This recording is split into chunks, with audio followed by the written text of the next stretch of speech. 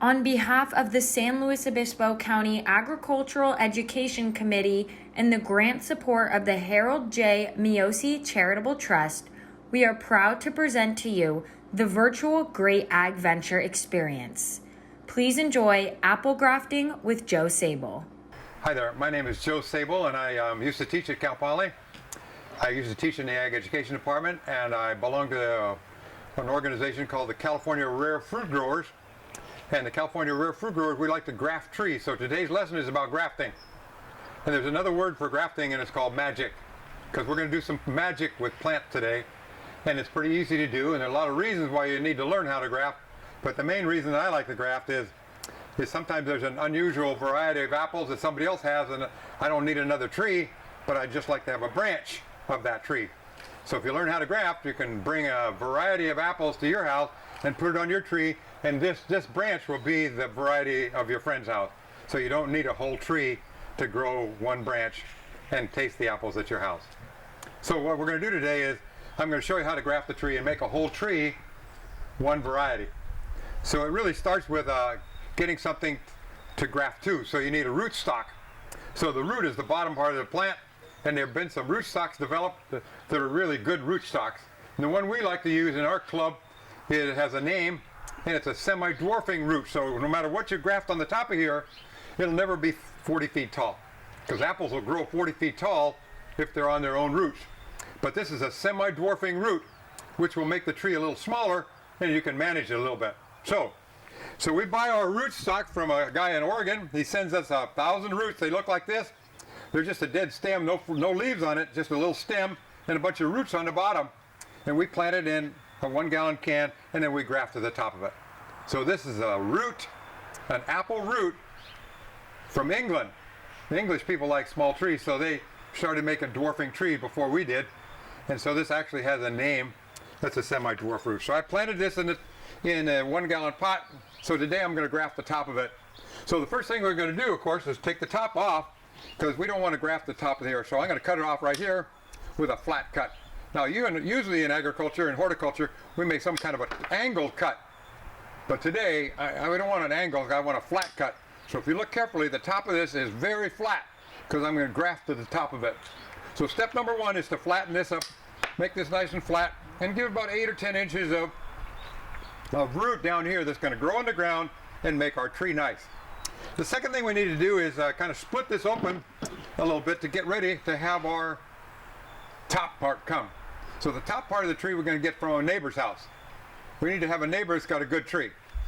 So I've got that in mind. I know the tree is, so I'm going to take a very sharp knife and I'm going to split this rootstock right down the middle. I'm going to take this little pounder and I'm going to pound it down until it's about an inch and a half down. I split that rootstock in half so that the piece of apple I'm going to put on top will fit nicely in there. So this is like surgery for trees. This is where the magic takes place. So I split that and I take it out carefully. Then I go to my neighbor's house, and this is usually February, not now. February, there's no leaves on here. In February is a good time to collect wood from my neighbor's house. And I bring that wood home. I take that little piece of wood and I'm going to put it inside my tree, and I'm going to make a tree just like my neighbor's house. The whole tree is going to become his variety because it's going to grow on top of that. So in order to fit that little piece of wood in here, we're going to have to sharpen it a little bit. And by the way, this piece of wood that I got from my neighbors is called a scion. Say scion. Scion. Say scion. Scion. Scion's a funny word, but that's the name of the top part that you're going to graft to the rootstock. So I'm going to take one of my very sharp knives and I'm going to sharpen this piece of scion wood so it'll fit inside this split root. So I'm going to take my knife carefully and I'm going to make a perfect little screwdriver that looks a little bit like this. It's flat on one side and flat on the other side. It's flat on one side, flat on the other side. Now don't touch that, because that's living tissue. This is surgery. And then I'm going to put it in there so that it will grow. So the way I made it, I actually did something you can't see very well. You can see brown bark going all the way down to my fingernail on one side, and the other side's too thin. So I have a thick side and a thin side on my scion. This is thick, that's thin. The thick side has a lot of special bark on it that's going to match up with the bark of my rootstock. What I'm really trying to do is match up the tissue that's underneath the bark. The tissue that's right underneath the bark is called the cambium. Say cambium. Cambium. Cambium is the magic tissue that's going to help this to heal together and grow and become a tree. So when you cut yourself, you like to put that skin back together again so it'll make a scab and grow. That's what we're doing here, is we've cut the skin, we're going to push it together, and it's going to scab and it's going to grow, not knowing that we've stuck a piece of somebody else's tissue in there. Somebody asked me once if you could do that with thumbs. Take somebody's thumb and put it on your hand and have a thumb coming out there. No. The answer is no.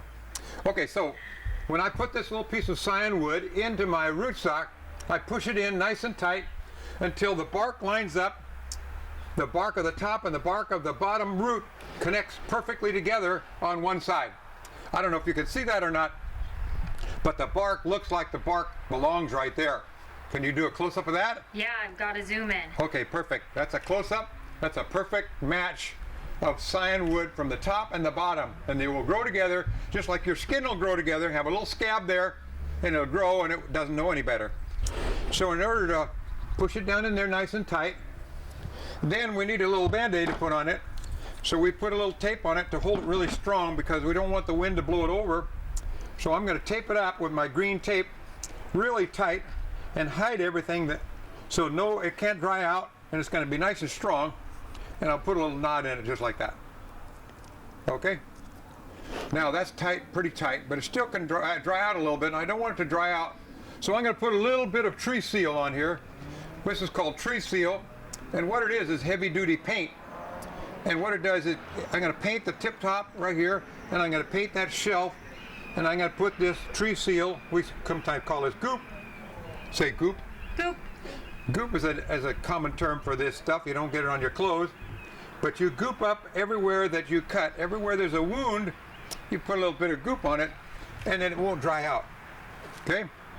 So now I got goop all the way around that shelf, all the way around the shelf, and a little bit of goop on the tip top.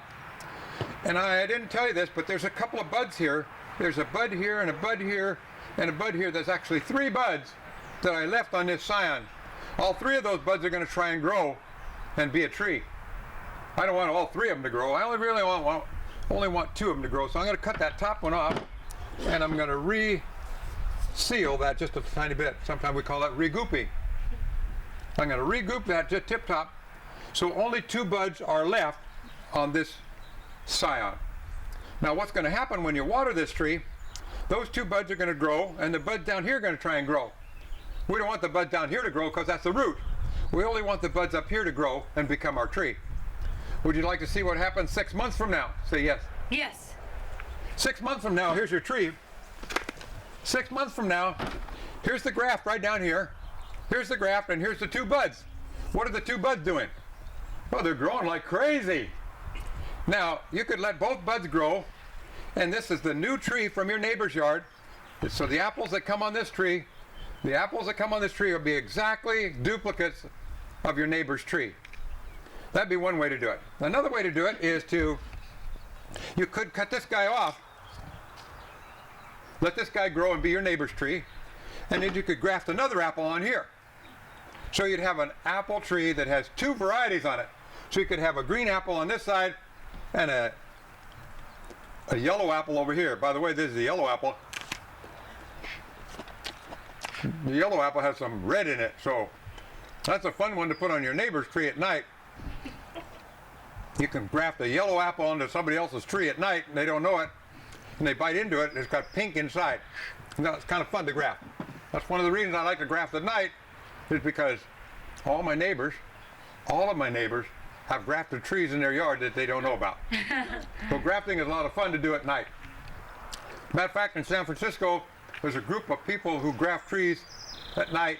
They're called guerrilla grafters, because there's a lot of fruit trees planted in San Francisco that are fruitless. They have no fruit, but it's a plum tree. It's a colorful red plum. Well, you can graft a plum that has fruit on it at night to a tree in San Francisco, and on the ground next spring there'll be a bunch of rotten plum falling on the ground. So they don't want plums there, but some of the people who live in San Francisco, they'd like to have fresh fruit right out there on the street. So I've taught some guerrilla grafters, a few of them from San Francisco, how to graft trees at night and have interesting fruit come off of it. So if you put one on here, a different variety on here, maybe an unusual plant, a yellow one, how many different varieties can you put on one tree? What's the answer? Unknown. Nobody knows how many. I have a tree in my backyard that has more than 100 different grafts on it. More than 100 different grafts trying to grow on the tree. So you can have a collection of 100 apples on one tree. You don't need a big backyard. You just need room for one tree. Because you can continue to graft this year after year. And when somebody gives you an unusual apple and you don't know the name of it, you just say, oh, I'll take it because it tastes good. Because not all apples will grow here. And so instead of planting a whole tree, you just have a branch for it. So that's kind of a story. Grafting is a lot of fun. It's like magic. And you can save varieties that are ready to die. Matter of fact, we have some people call me up. They say, my tree's dying. What'll I do? And the answer is save it. You don't need to collect seeds, but collect wood and graft it to my tree and I'll hold it for you. And then someday we'll get you a root and you can have that same tree again. So grafting is a lot of fun, but it's very useful too. Well, when you go to the grocery store and you want to buy some apples, let's say you want to buy a Fuji apple. You go to the bin where all the Fuji apples are, it says Fuji. Every apple in that bin should be an exact duplicate of every other apple in there. There shouldn't be any Gravenstein in there, no Gala, no Red Delicious, but only the variety they tell you. So when you graft, you're really cloning and you're making exact duplicates. So if you ship a box of apples to New York and it says Gala on it, you guarantee every apple in that box to be a twin and taste exactly like the apple you said it was. Well, the first time I grafted was in school. I learned to graft in a college classroom. My teacher was a good grafter and I thought it was magic and I wanted to learn how to do it even better. So you can learn how to do this in school, or I have a better idea and I'm going to answer one of your questions right away. If you come to Cal Poly, the State University here, if you come the third Saturday in February, we have 6 people who will teach you their favorite graft. Because I only did one graft here. There are many other ways to graft, and we have 6 experts that are teaching grafting all day that day at the crops unit, and it's all for free. So you can learn how to graft in San Luis Obispo on Saturday, the 3rd Saturday in February, because that's a good time to graft, is February.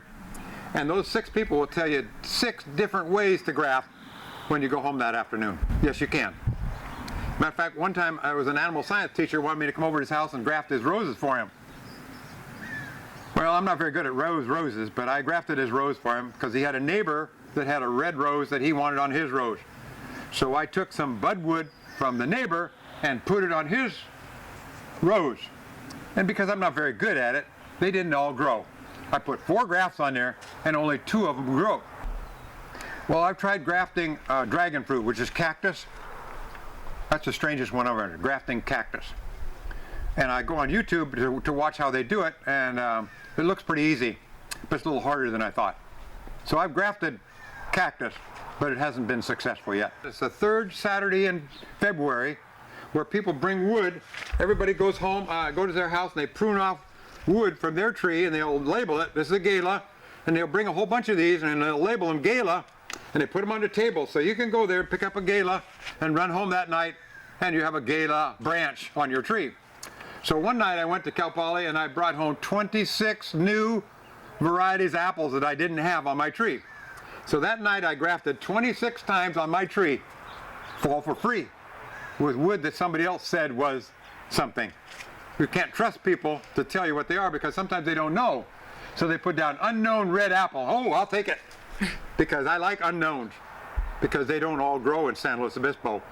So it's fun to have a little branch here called unknown. Grafting is magic. It really is magic. So when this thing grows, and I see this bud come out here, and this bud start to grow, that's a very special moment for me. I love it when I see a graft starting to grow.